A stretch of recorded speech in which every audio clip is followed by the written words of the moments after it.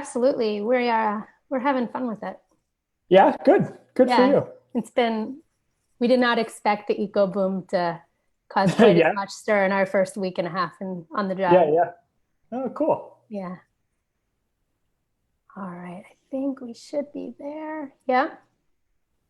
All right. Welcome, everybody. We've got Travis Macy here. My name is Abby Perkiss. I am the chair of the new USARA board. We're the U.S. Adventure Racing Association, the main sanctioning body for the sport of adventure racing. And we have a lot of new racers joining us tonight. So welcome to adventure racing. Welcome to USARA. I hope you will all find this to be as rich a community as we all do and that you'll stick around for a while. If you're looking for events in your area, check out our calendar on the USARA website. We got lots of beginner events, many of them 8 hours and under. So lots of opportunities for new racers. I'm excited to introduce tonight Travis Macy. Travis is probably best known this month as captain of Team Endure at Eco Challenge Fiji. But in addition to that, Travis has finished over 120 ultra endurance events around the world. He's also a professional endurance coach and author of The Ultra Mindset, and Endurance Champions 8 Core Principles for Success in Business, Sports, and Life. So Travis is going to spend about 15 minutes giving us a primer on how to undertake a self-supported 12-hour adventure.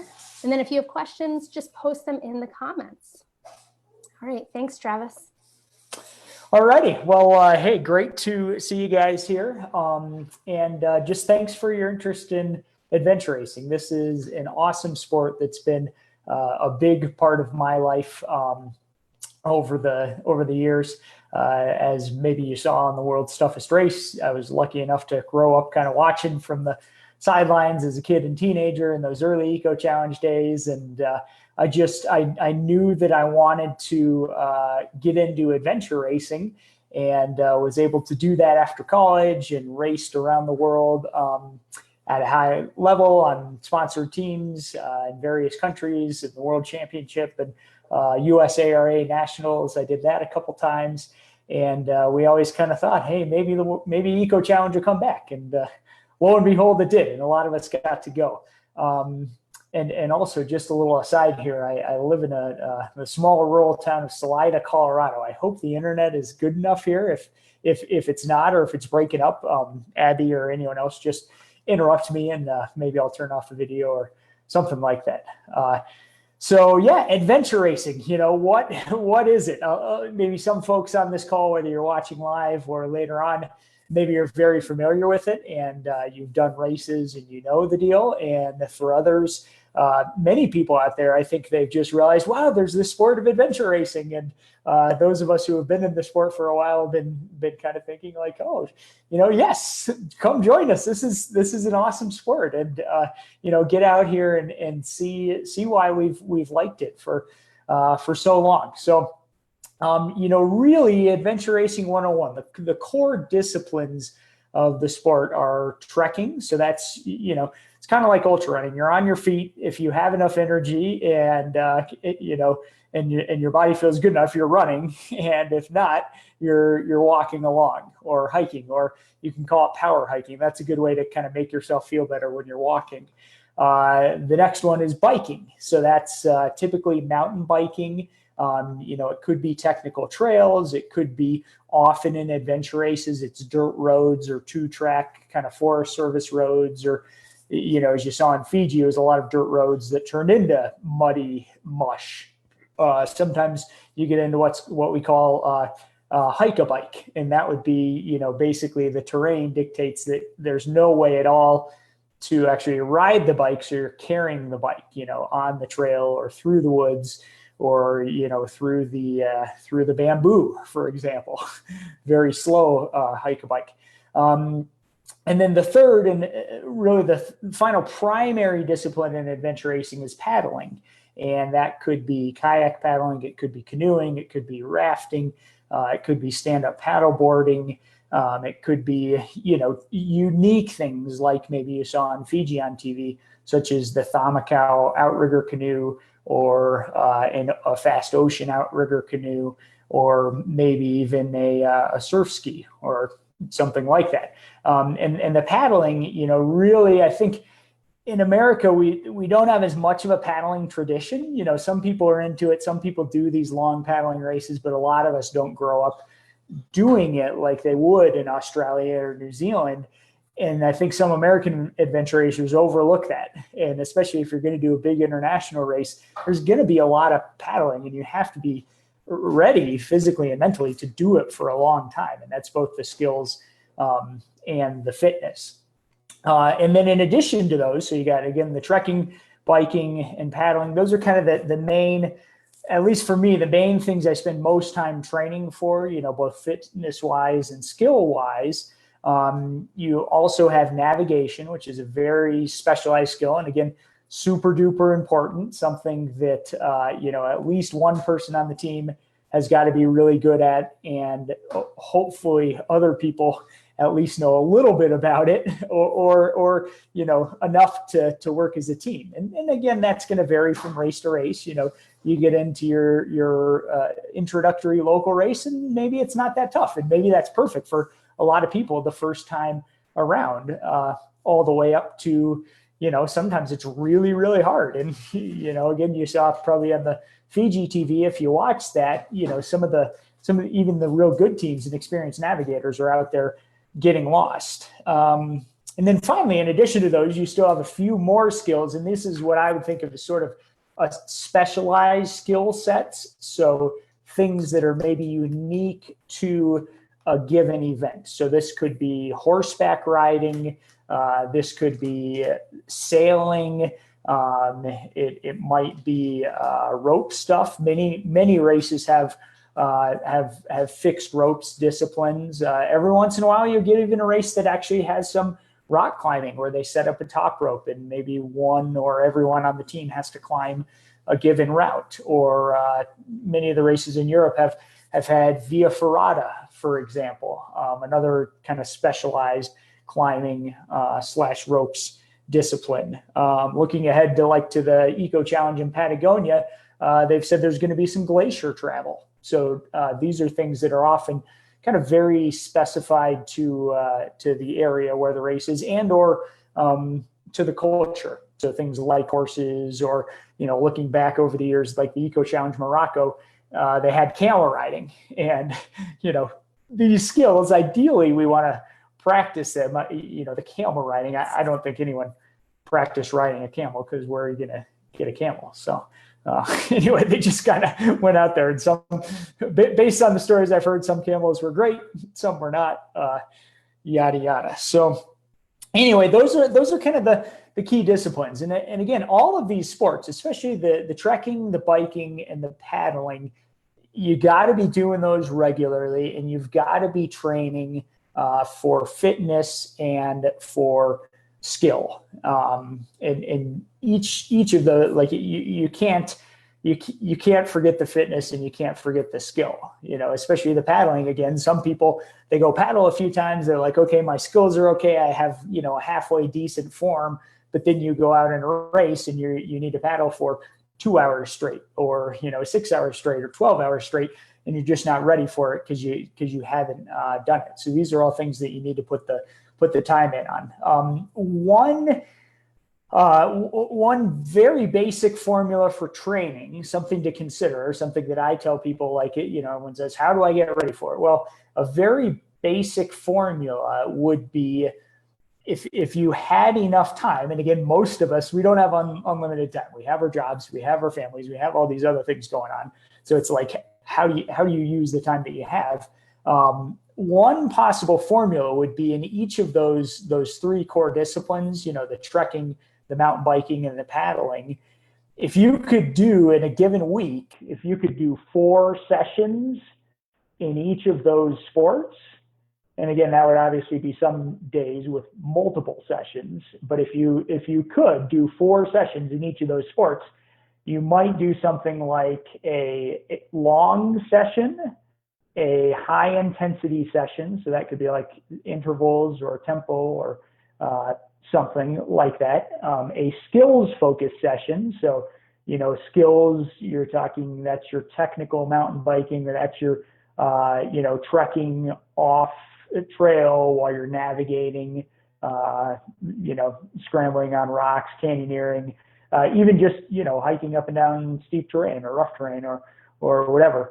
And then finally, if you had time, you'd also have maybe like a recovery focus session, a very easy session in each of those sports. And I would say if maybe your time's more limited, maybe in each sport you're doing like a long session, a higher intensity session, and a skills session, and not the recovery session, but you're making sure you have enough recovery, because that's really important. That's, honestly, my big role as a coach with many of my clients is don't do too much. I am holding you back. I am making sure you have easy days and you're recovering, and you have rest days and off days, and you're doing the other things with your life that you need to do, because some of us have the personality to just get sucked way in, and pretty soon maybe you've done too much, right? And it's not sustainable. We want to keep the whole thing fun and sustainable.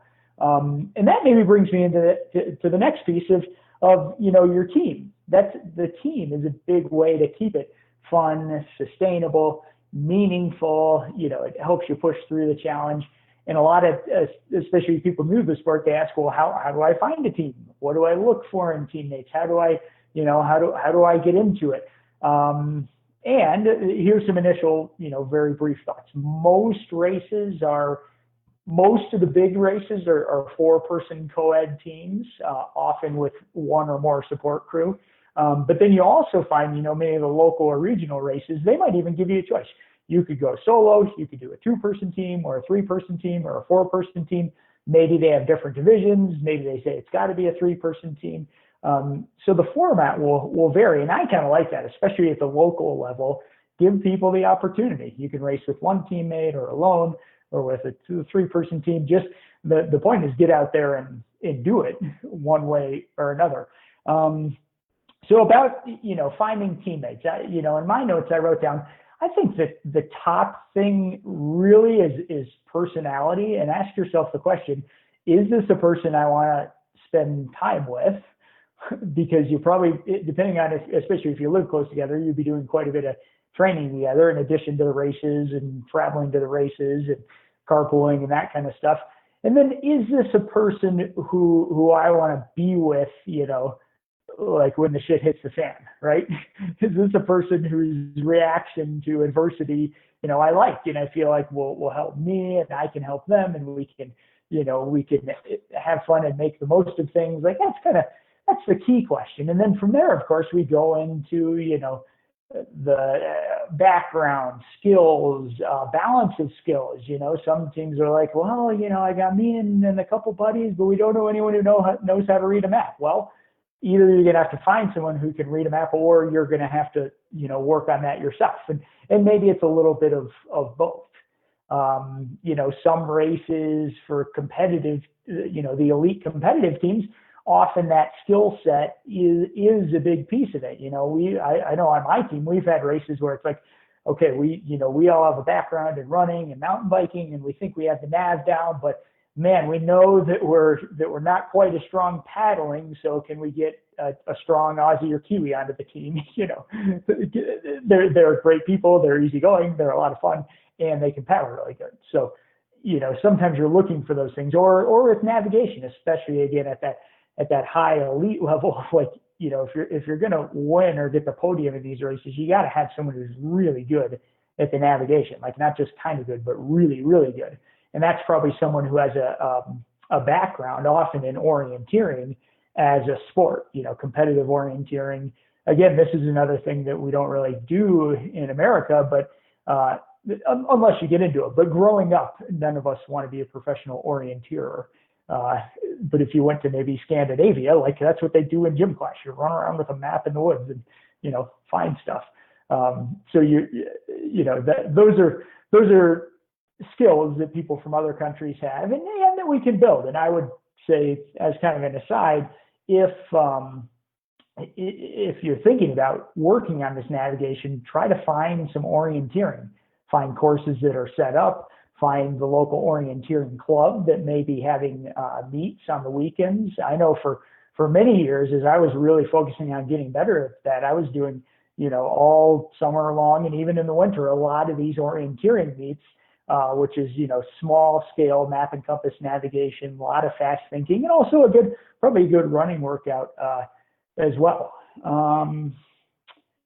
Let's see. I guess a few final points, especially for folks who are, thinking about getting into adventure racing, or maybe, a lot of people, it's like, okay, you've been doing triathlon, or you've been doing Xterra, or, road running or trail running or ultra running, or, one of these other OCR, one of these other similar sports, and maybe you saw this race on TV, or you've heard about it, or you just want to try something new, or you've been like stuck in your house here for, 6 months like the rest of us, and you're like, I need to get outside and do something. Well, this is a great way to do it. And I think especially come spring, knock on wood, hopefully we have a vaccine and the races are on. And I think there's going to be a lot of energy and enthusiasm for these endurance sports in general, and for adventure racing in particular. A few things to consider if you're in that, that boat.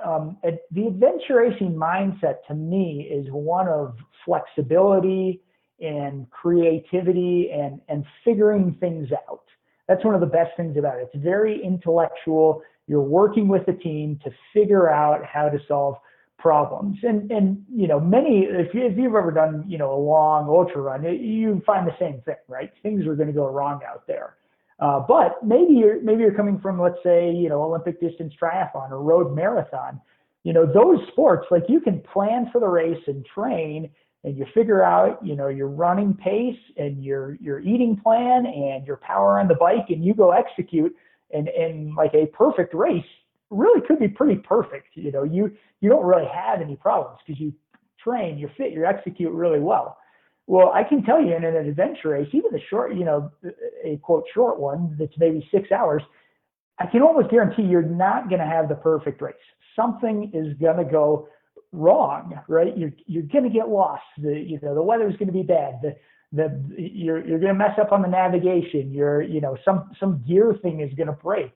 Your teammate's going to get sick. You're going to get sick. You and your best friend, who's your teammate, are going to get mad at each other, right? These things are going to happen, and that's a very cool part of the sport. So my advice is you got to be ready for that. And for some people, again, especially if you're coming from, maybe road running or triathlon or something that's very data driven in training and racing. And I'm big into data. I mean, I coach people using Training Peaks, and we got power, we got heart rate, and I'm analyzing workouts, doing all of that. But I also, in adventure racing, you got to take it with a grain of salt, because when you're out in the middle of the night and you're lost, or you're puking, or your bike is broken, no data matters. You got to figure things out, and you got to think through things. So I think that flexibility mindset, that sort of, kind of up for anything, can do attitude, if those are things that speak to you, then this may be a good sport for you, and you kind of try it out. If you're a person who, like, your watch always beeps every single mile you ever run, well, try turning that off and see, how do you feel? Because, again, this sport, like, you're going to do many slow miles, and you're going to, if you're training correctly for adventure racing, in your training, every mile is not going to be, 7:07 or 8 flat or whatever, 9 minutes, whatever it is that you want to go out and do, because you're going to be scrambling around and then going uphill and going downhill, and you're going to be carrying a pack, and I do a lot of, miles in training that took me 37 minutes or whatever, and it was a really hard mile because I'm scrambling over stuff and I got a pack on and I'm navigating, or, chasing my dogs through the woods or whatever it is. So anyway, think about those mindset kind of things. And I also find a lot of people, maybe you're a little burnt out on those kind of traditional sports, the cutthroat attitude of road triathlon or something like that.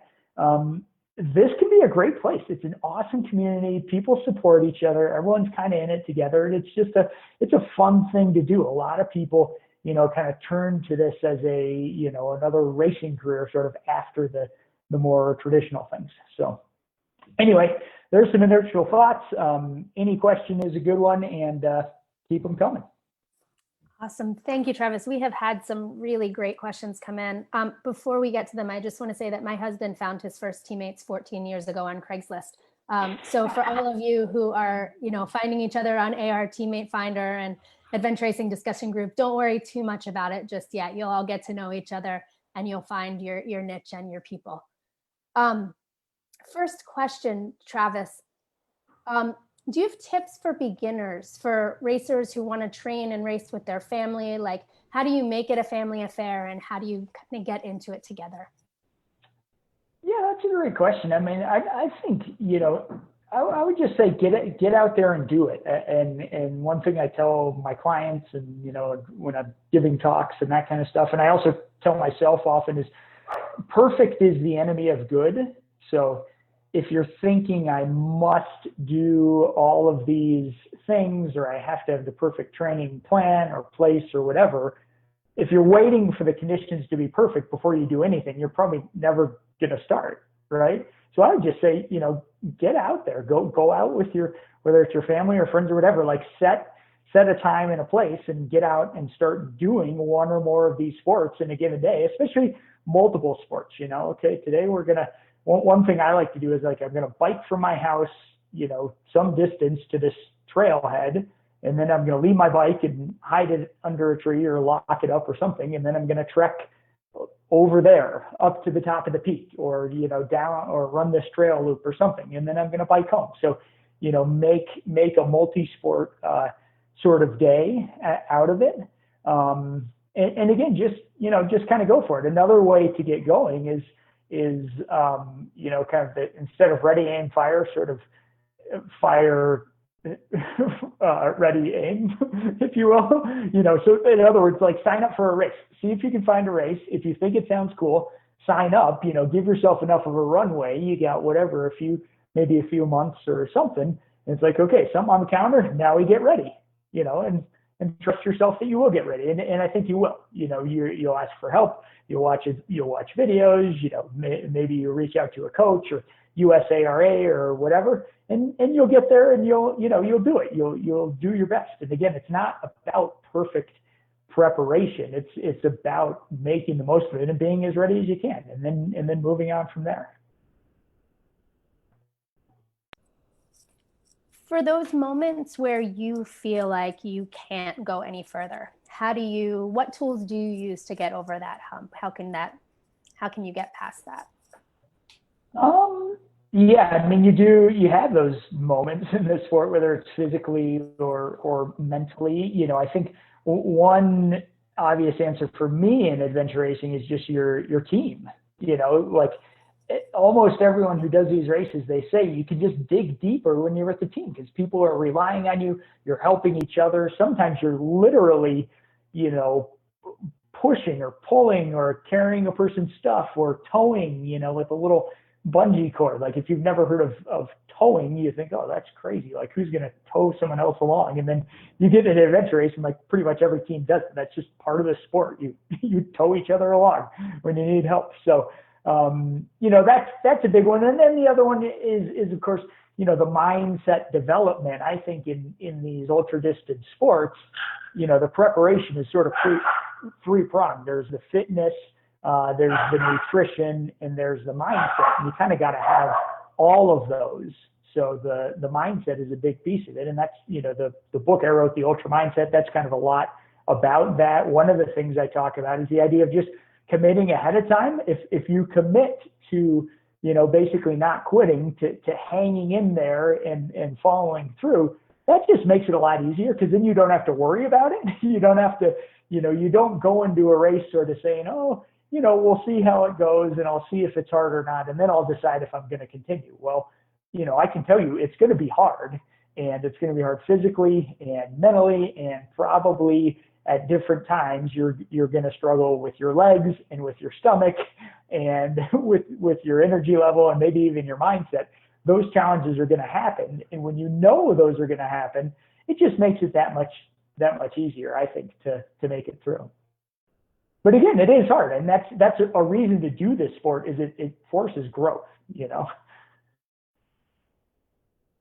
So along those same lines, I think some of what you're talking about is confidence. Confidence in yourself, confidence in your team. How do you gain the confidence to feel ready to be a lead navigator? How do you kind of work through those questions of like, am I going to let my team down? Am I going to get everybody lost? Yeah, that's a good question. I mean, about the navigation in particular, because you're right, especially if, depending on the makeup of your team, like if you have three people who are like, I don't know what lines on a map mean, and one person who's like, I am the navigator, that can be a lot of pressure. And that's not something I would recommend. I think, everyone, especially the longer the race is, anyone's going to have ups and downs. And I've had times where I'm navigating and I either me or my teammates realize like, wow, his mind is gone. Clearly he cannot read the map right now. And, someone must intercede here. And that's okay. That just happens, especially if you're, facing some degree of sleep deprivation. So I think it's something that kind of happens over time. It's something that, you're on, you're sharing clear expectations with your team of like, are we trying to win? Are we trying to make it through? Are we, kind of what are we thinking regarding sleeping? Again, this is more of the expedition type race. What are we thinking as far as sleeping? Because that's a huge thing that just keeps you mentally fresh in the game. What are our ideas or thoughts behind teaming up with other teams or following other teams? Those are things I've done. And that's not bad or anything. That's definitely part of the sport. I've teamed up with other navigators at times where we're like, all right, this is damn hard. Like here's 2 or 3 teams or more. We're going to work together and, try to get ourselves the hell out of here. And then we'll start racing again after that.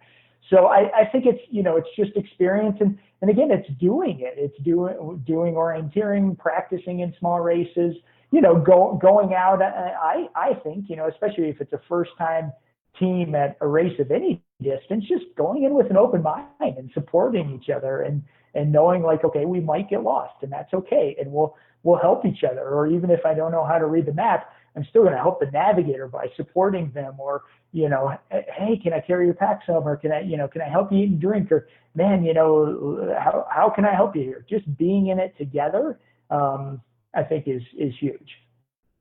And just reading maps, like you gotta, like I'm a map geek. Like I open my map at night and I'm like, oh boy, all this looks really cool. Just around my house, I'm like, oh, here's places to go. Here's, like you kind of want to be doing that, and you need to do it regularly on your treks or your adventures, or like I'm into hunting, so I spend a lot of time like trekking around and there's no trails, and I'm really paying attention to the land and the drainages and where do animals go and what is the wind going to do. All of these things clue you into just you should be able to look at those topo lines, and it shows you a clear picture of the land.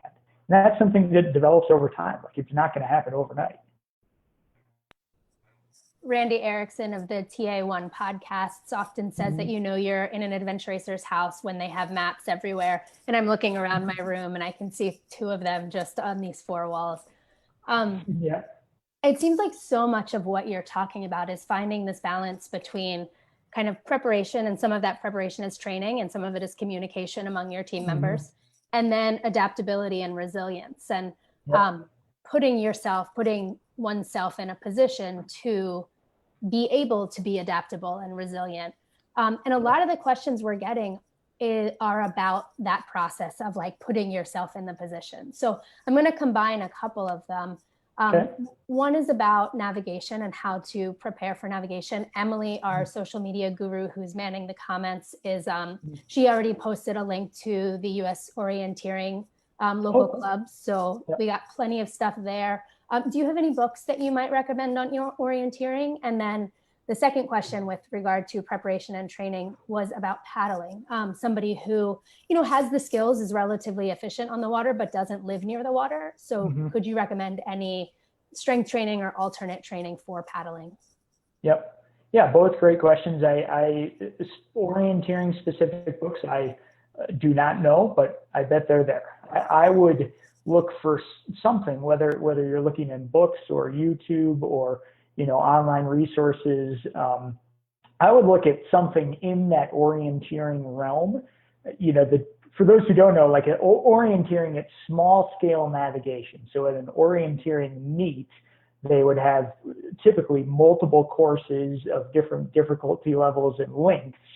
but all within a fairly small area, so imagine a section of forest or plains or, cool drainages and stuff that's pretty small, maybe a couple miles by a couple miles, and there's a whole bunch of checkpoints within there. So you're navigating, it could be 100 yards to, one of the markers, or maybe it's a mile, or, it's basically small scale. In most adventure races, it's a much larger scale. So the map itself, will have different numbers. It could, instead of a 1 to 5,000 might be an orienteering map. And then the big map in an adventure race is 1 to 25,000 or 1 to 50,000. And, if these numbers don't mean anything, that's totally fine. It's a different scale. But within that orienteering realm, that could be a great way to learn about reading the map, taking the bearing, those kind of things. And I think if you can, a great way to do it is, do some learning yourself, watch the videos, read the book or whatever. But if you can get out with someone who kind of knows a bit about it, or even your teammates together, just get out there and practice. Okay, that hill over there is really steep, and I look on the map and I see, okay, the lines are closer together, the topographical lines, or, okay, here's a blue mark. Oh, I can see over there, that's a drainage, and maybe there's actually water in it, or maybe there's not. So a lot of it is just, kind of boots on the ground. And then, the paddling, again, you make do with what you have. We did a big race in Abu Dhabi one year, and it was in December, and it's like, well, there's, my whole team's from Colorado. There's all the water outside has been frozen for a couple months. So what are we doing? We're making do with what we can, and maybe that's upper body weightlifting. Maybe it's getting on a rowing machine, at the gym or in your house. And, what I'll do often is, get on that rowing machine, and, it's made for straight back and forth rowing using your whole body and your legs, but I'll kind of sit there and pretend I'm holding a kayaking paddle and, basically do a kayaking like motion. Is that exactly the same as paddling a kayak in the water? No, but is it closer than, snowshoeing or something else I might be doing? Yes. So it's again, making do with what you have in a creative way. And that's true in training and in the race. Maybe a lot of the people I coach, they live in the Midwest and they want to do a hilly adventure race, or, or one of these ultras here in Colorado. And it's like, well, how do I get ready for the hills? Well, you're going to have to be creative. We're going to have to use what you have. We're probably going to have to do some specific strength training to get ready for going up and down hills, especially getting your quads ready for the downhills. And that would be relevant to adventure racing as well. If it was in, a mountainous place like Patagonia, for example. As someone who lives in Philadelphia and trains with a coach in Squamish, British Columbia, I sympathize with your athletes. Mm-hmm. Yeah, it's being creative, especially, if you are to work with a coach, it's communicating. Here's what I have, this is what's around here, and then you put your heads together and you're like, okay, well, we could use this parking garage or these stairs or stadium or whatever. Right. We have a couple gear-related questions, and they kind of range from real general to real specific. So first, how much would you expect to spend to kind of outfit yourself for adventure racing? And I know that is an incredibly difficult question to answer. So a couple more specific ones related to that. Specifically for expedition races, do you need kind of top-notch gear? The questioner says, will I get laughed at for showing up with my old bike purchased on Craigslist 10 years ago? And with paddle training, again, in terms of gear, is it better to train on a canoe? Does it matter? Does it matter what kind of paddle you're using? Yeah, great questions. And again, that's one thing that can be overwhelming to some people. But I would say, like, you take it step by step.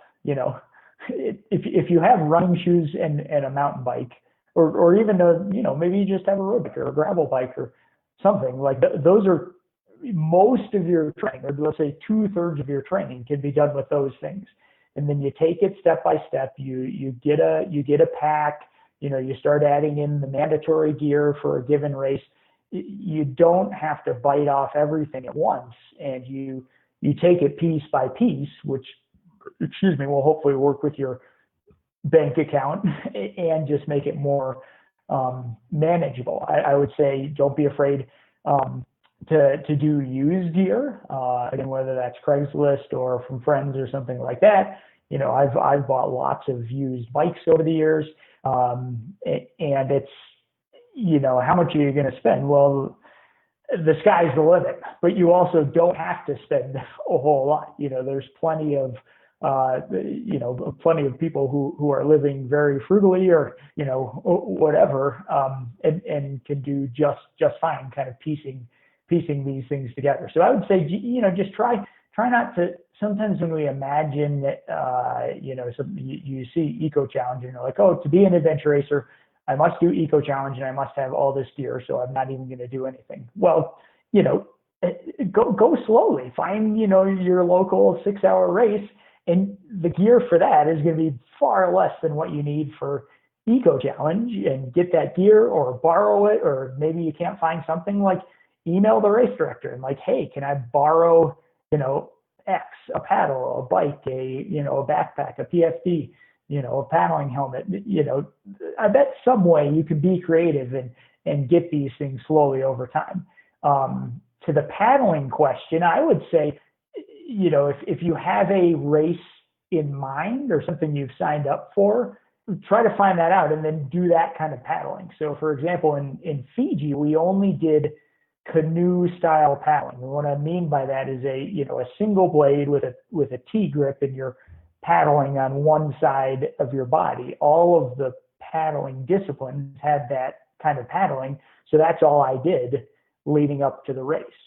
Most adventure races, I would say, especially in the US, it would maybe be a little more kayak style paddling prominent. So if you were going to do one kind of paddling and training, I would say probably kayak style. But again, maybe, for example, stand-up paddleboarding, that's a great intro piece, because a stand-up paddle, like I bought one this summer, and I think it was like $350. I bought the cheapest one on Amazon, and it's nothing special, but I get out on the lake and my kids can use it, and we have fun together, and I put a kid or two on the board and I paddle around and I do some training and they fish. And so that's a great entryway into some kind of paddling. And if you're standing up on it, you're learning a little about balance in the water that, it's different from a kayak or a canoe, but it's a little bit similar, just in that you're balancing and you're using, similar muscles and stuff.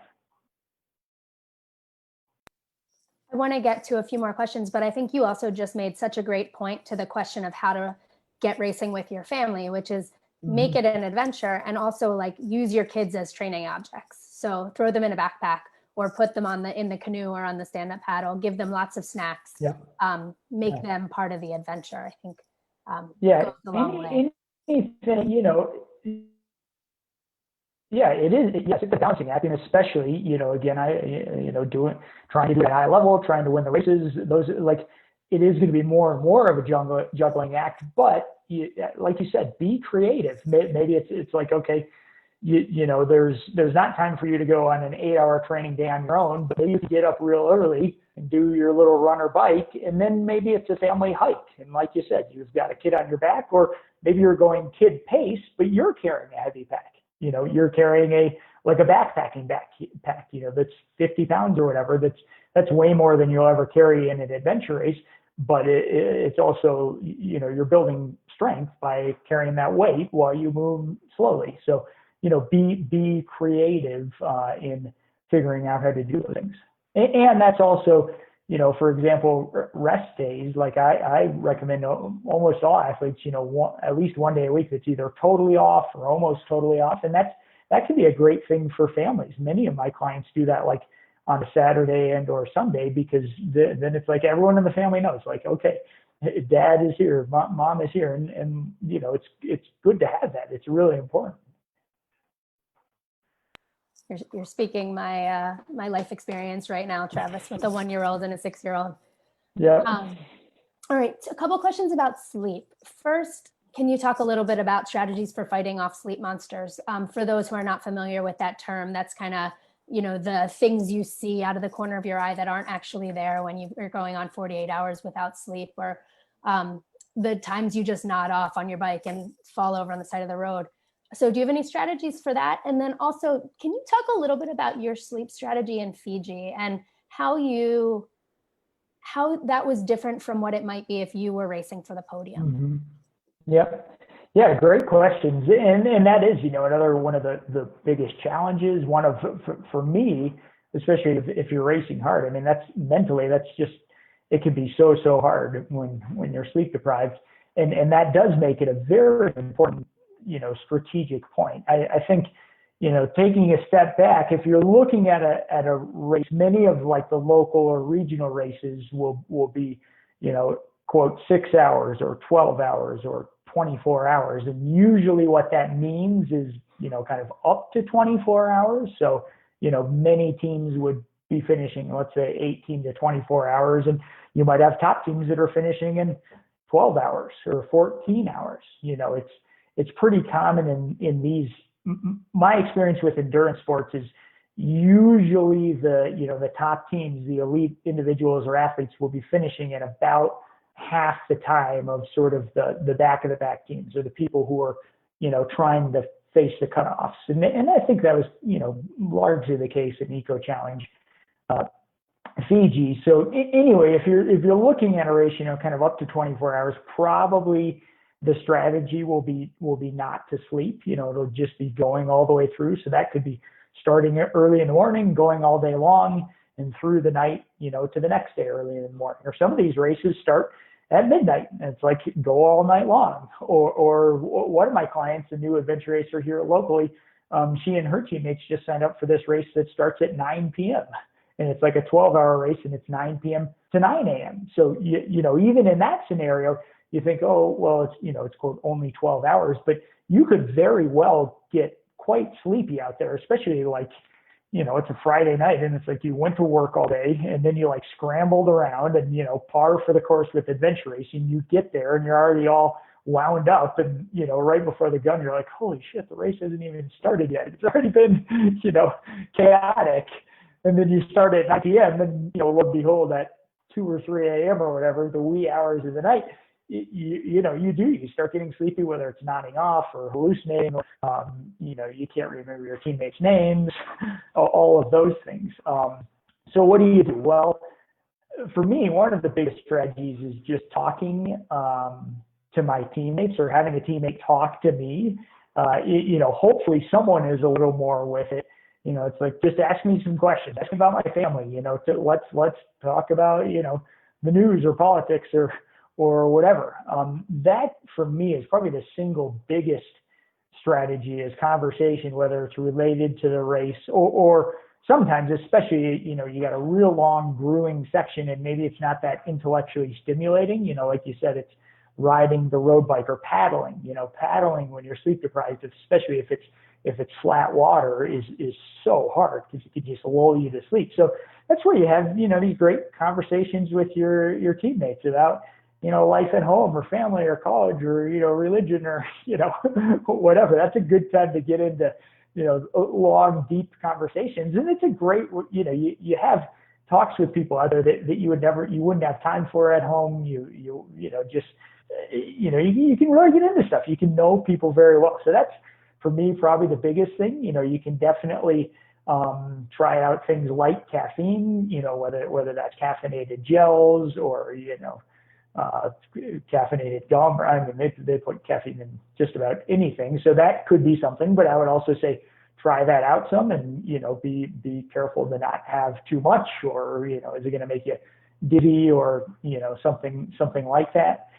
Having another strategy, a really bright light, for me, that makes a big difference. If you got this teeny little thing and all you can see is this little, this tunnel vision, sometimes that can lull you to sleep. And if you have a good, big, bright light that's shining everywhere, that for me, especially let's say biking at night, can really help. And then the other thing that really helps me is actually doing the navigating. I've had a lot of times where just like, especially if it's like real detail oriented, like all night long, I'm just, man, my whole mind is wrapped in the map, and it's like this fun intellectual, puzzle and challenge. And so that can help, again, up until you get super sleep deprived, and then the map doesn't make any sense, or you're, walking around in circles, and hopefully your teammate can help you then. So, those are all strategies. I think some of it's just, again, experience. People often ask, should I practice sleep deprivation? I'm not, my general answer is no. Like, I don't think you should just sleep deprive yourself, and then go to work without any sleep, or, daily life. As I've learned more about sleep and learned, more about Alzheimer's and dementia through my dad's experience, like, sleep is really important. And I've come to emphasize that, more and more in my daily life. And I would highly recommend that, figure out, if you're going to get up early and train, you got to go to bed early so that you're sleeping. Like, it's really important. But I think you can, get that experience through training, so doing small races, or doing a night mission with your team.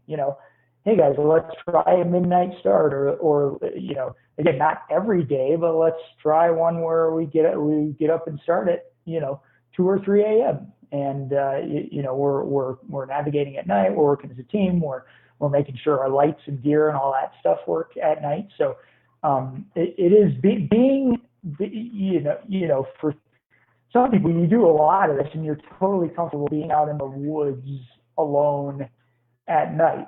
And that's something that scares a lot of people. And at the start, go out with other people, get out outside in the woods or jungle or plains or whatever's around you. Do that at night. And, you'll probably realize, like, it's not really that scary. It's just, like my dad always used to say, it's just like the daytime, but there's no light.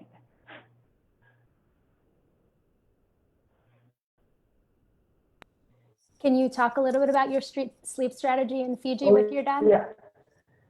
Yeah, sorry, I forgot about that. Yeah, that was, that was definitely different for our team. Knowing, again, probably many people, my dad has Alzheimer's, and that gave us a whole lot of uncertainty going into the race. But one thing we thought we knew going in is we need to sleep. The people with Alzheimer's, they the going new places, doing new things often creates very significant disorientation. And we did experience that quite a bit, but we knew ahead of time, like, one way to, decrease that and manage is sleep. We need to sleep every night. We need to do it in the middle of the night, and it needs to be good sleep, like not curling up in a ball under some, jungle plant with water and mud flowing onto you. It needs to be in a house or in a village, or, a shelter, or, the team camp in a tent or something. So that was a huge, basically our all day long, every day, we're figuring out how can we stay ahead of cutoffs and be at a good place to sleep in the middle of the night, 5+ hours. And that's, kind of what we ended up doing was, 5, 6, 7+ hours each night in good dry places. And that, that really helped. And the nights were a lot harder. As night settled in, that's when Dad would experience some or a lot of disorientation at times. And it also, just with his visual spatial challenges from Alzheimer's, it was just really hard for him to see, using a headlamp, biking or trekking, especially, tough terrain and mud and stuff, his balance and stuff was really hard. So it was just so much better to stop and sleep and then go. We weren't going that fast during the day, but we were going consistently, and we were also having fun because we weren't all sleep deprived. We were having fun, we were laughing, and you're just not making mistakes. And honestly, I think, especially for these long races, I think people undervalue sleep. A lot of teams I saw in Fiji kind of went out, and whether it's, lack of experience or just what they've heard about adventure racing, or just being so pumped up, which you are, it's like, we're just going to go till we blow up, and then we're going to sleep. And, you're like pretty good for a first day, and the first night is probably okay. And usually by like that second afternoon, like, you're kind of messed up. I mean, even one night without sleep, that really does something to your body and your mind. And I think people, they don't realize how much slower they're going, So me, one thing I've realized, and this is something I feel like I learned from Team Nike, like in the late '90s and early 2000s, is like those guys. I mean, they were winning all the races again. Kind of alongside Nathan Fave and the Kiwis at the time. I mean, it's still like the same top teams, but I mean, that's what like closer and Ian Adamson. They led the league in sleep. And that was that's how they went. They're good athletes and they can go fast, but they're going fast, in my opinion, because they're sleeping. So, and in that case, again, it's probably more like 2 or 3 hours a night, which, at the elite level, like that probably sounds like a lot. But I've had a lot of times where, my team is right with another team and we stop and we sleep for 3 hours and the other team keeps going. And then we get up and we start moving. And again, we're not, this is whatever, 4 or 5 days into a race. Like we're not blazing, but we feel decent and we're not making mistakes. And 3 hours after starting, we passed this other team. That's, a really good experienced team, but they're just zombies. They're trudging through and they hardly know what's going on. And you feel like you're going by twice as fast because you're rested. And I think, my advice, especially to newer teams going into an expedition race, would just be, man, sleep every night, including the first night. Stop, get some good sleep, do it efficiently, figure out your sleep system so that you can stop and do it fast. But you do that sleep. And also before you sleep, eat something because your body, again, even in 2 or 3 hours of sleep, some degree of recovery is going to take place, and that recovery is going to be so much better if you do it while fueled and hydrated. So, my advice in let's say you go into a transition would be, and this is kind of a minutia, but get to the transition, do the transition, so do all the like mental things, and then basically be ready to leave. And while you're doing that, eat and drink, and then fall asleep. And then wake up and just start moving immediately.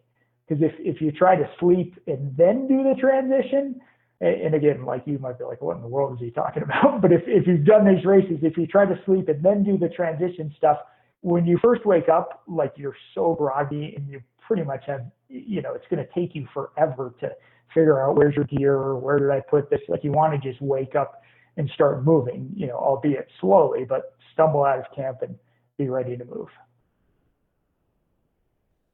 And one final point on sleep. I'm a big fan. Again, it's like when and where do you sleep? A key variable for me is in the middle of the night. I think your rhythm and your brain is used to sleeping in the middle of the night. So unless you're like right now, it's September in Colorado and it's dumping snow.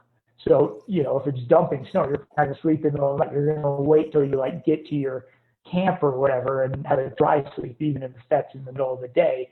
But if the conditions are good enough in the middle of the night, that's what I would recommend, because I think that is more valuable than, sleeping from noon till 3 or whatever.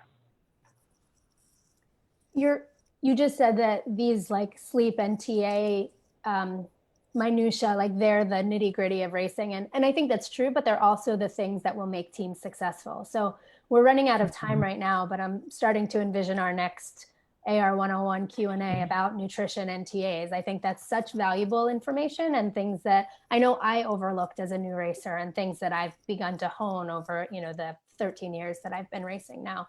So that's something, those sort of, those things, like you said, TAs, transitions, managing gear, that's something that, looking at Fiji, I think maybe that's one reason we were sort of able to sleep a lot. And then, again, we're not going that fast, but we're going pretty consistently and just smoothly. Whereas maybe some of the other newer teams around us, like they weren't sleeping all night.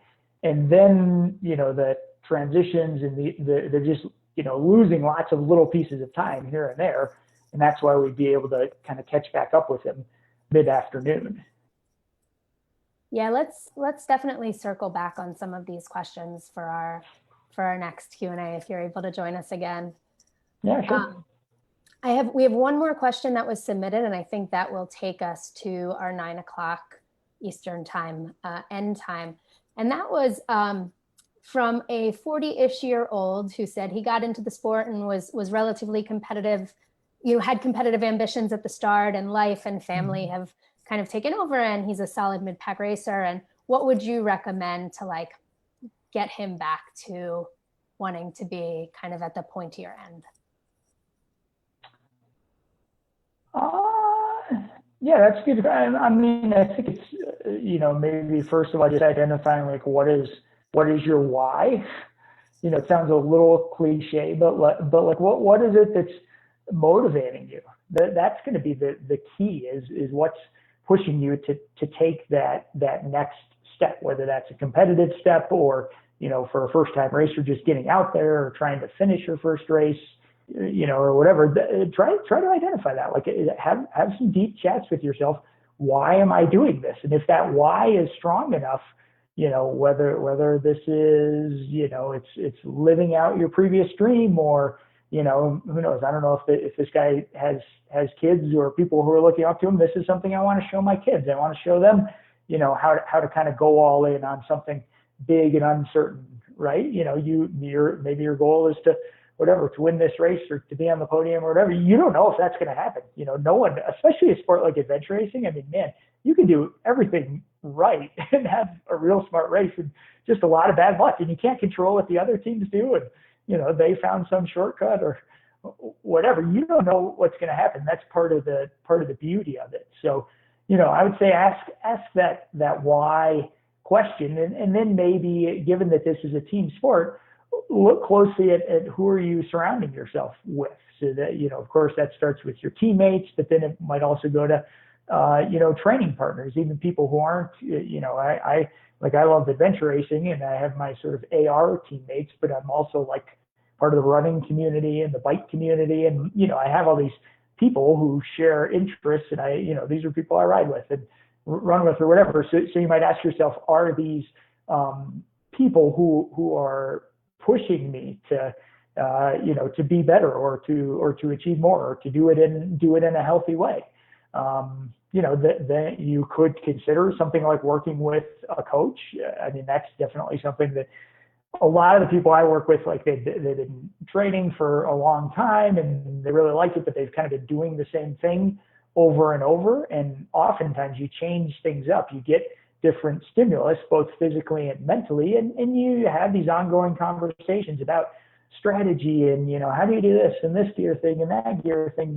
You talk about all those things. I think back a couple of years ago, I was coaching Eric Sanders, who's a good friend of mine here in Colorado, and he and his teammates made a run for it in the world champs, and they finished second one year and third one year. And like, I don't take credit for that or anything, but I think I was able to help him just expedite his progress in the sport. So anyway, those are some things to do. But again, it kind of starts with like, why are you doing it and what does it take? And then maybe clearly defining, like, okay, you want to be at the, at the higher level. Well, like, what does that mean to you? What would look like, a successful season to you or a successful progression or whatever.